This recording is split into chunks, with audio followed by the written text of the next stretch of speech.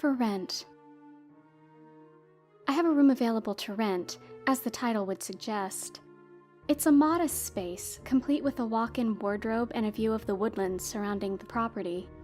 I've been forced to post this here because it's become almost impossible to find a long-term roommate from the local populace.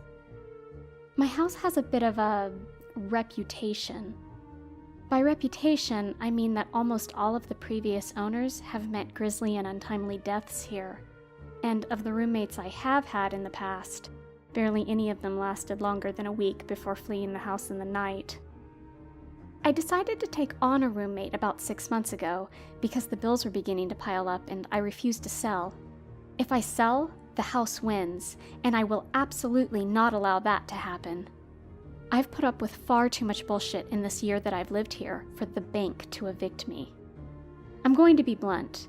The house is haunted. I learned that shortly after moving in.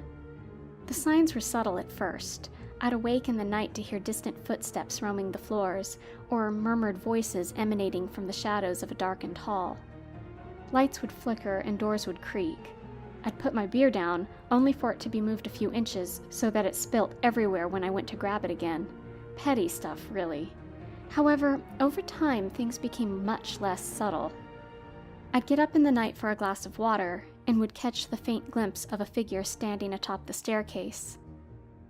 I'd lay in bed at night with my eyes closed, and feel the warmth of a breath on my neck, or a whisper in my ear. Eventually, subtlety was thrown out the window completely.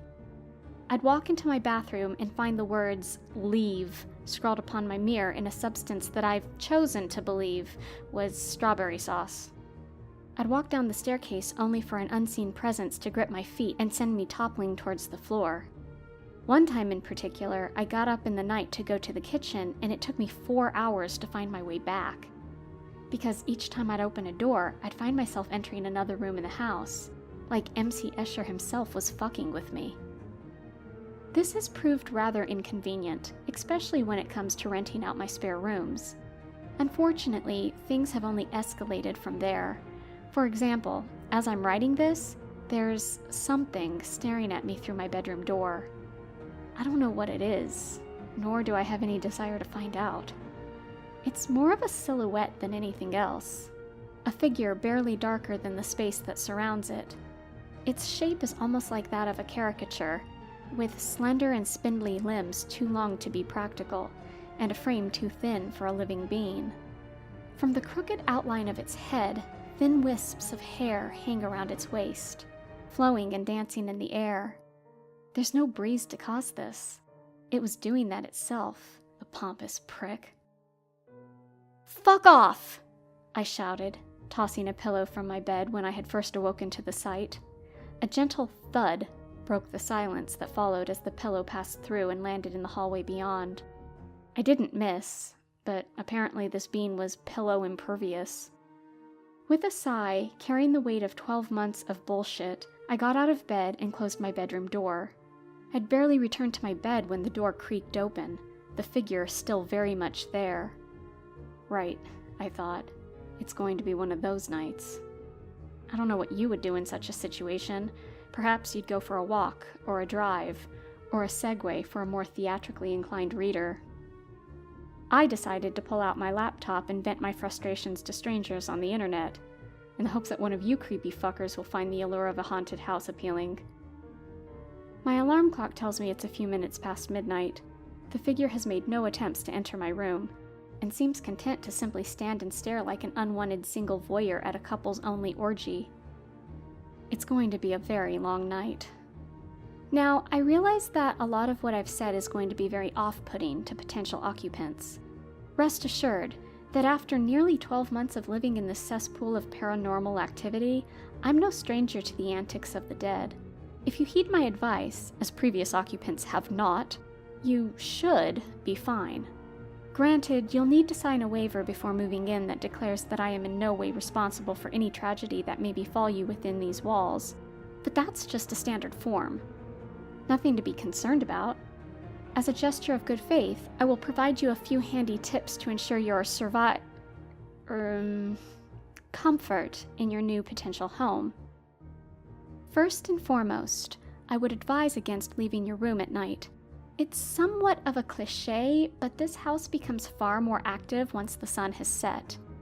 In the day, the worst you'll find is that your car keys might not be where you left them.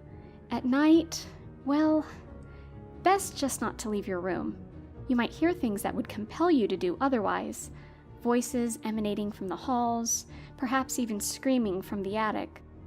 These things are best left ignored. Now, if you hear these things coming from within your room, well, I've always found a blanket to be adequate protection. Next, I'd advise against opening any door that wasn't there before. This house makes literally zero fucking sense, and I've long since given up trying to understand it, so I'd advise you to do the same. If you find yourself walking back through the darkened halls on the way back from the bathroom, a direct violation of my first bit of advice, I might add, and mysteriously find that there's a new door that sprung up as if from nowhere in the hall, do not open it. One of my previous roommates, Michael, decided that this was a top-notch idea, and I still hear him through the walls sometimes, screaming. The final bit of advice I will give you is this: they can hurt you. They will hurt you.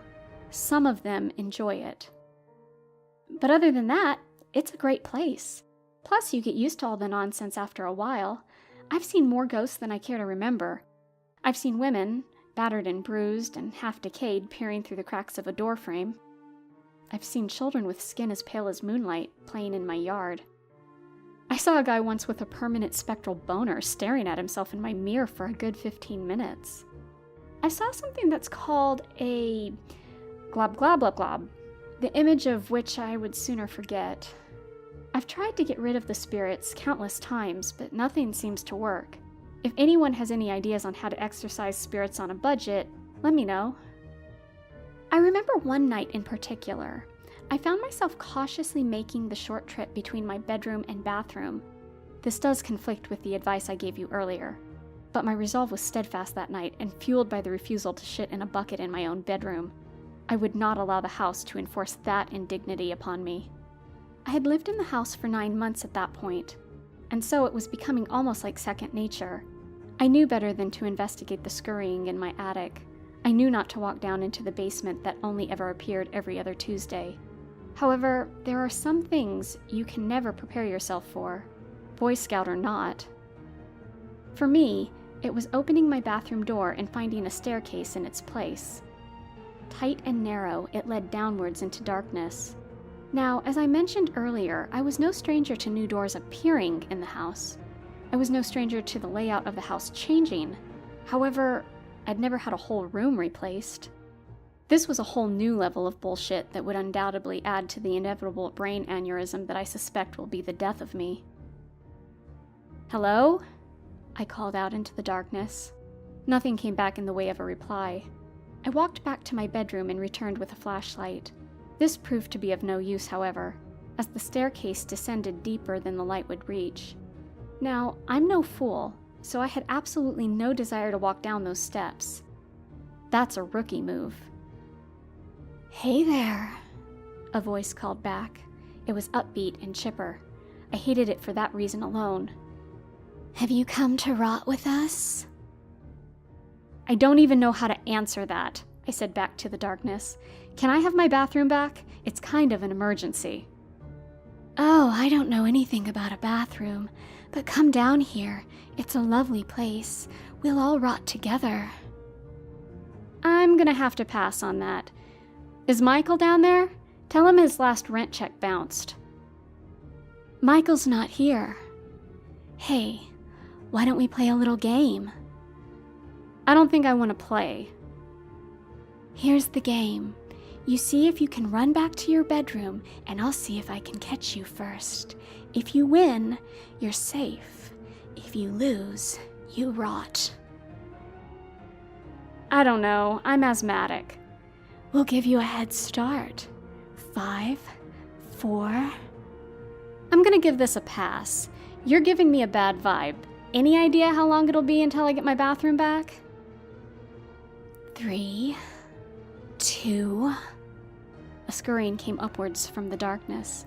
I closed the door. Just for the record, you went on 2. The moral of that little encounter is that, should you choose to move in, you will more than likely need a shit bucket for your room. I appreciate that it isn't ideal, but nowhere is perfect. But like I said, other than that, the place is great. Spacious, with plenty of room for storage should you need it. If you have any questions, I'd be happy to answer them. The room is available immediately. I look forward to hearing from you.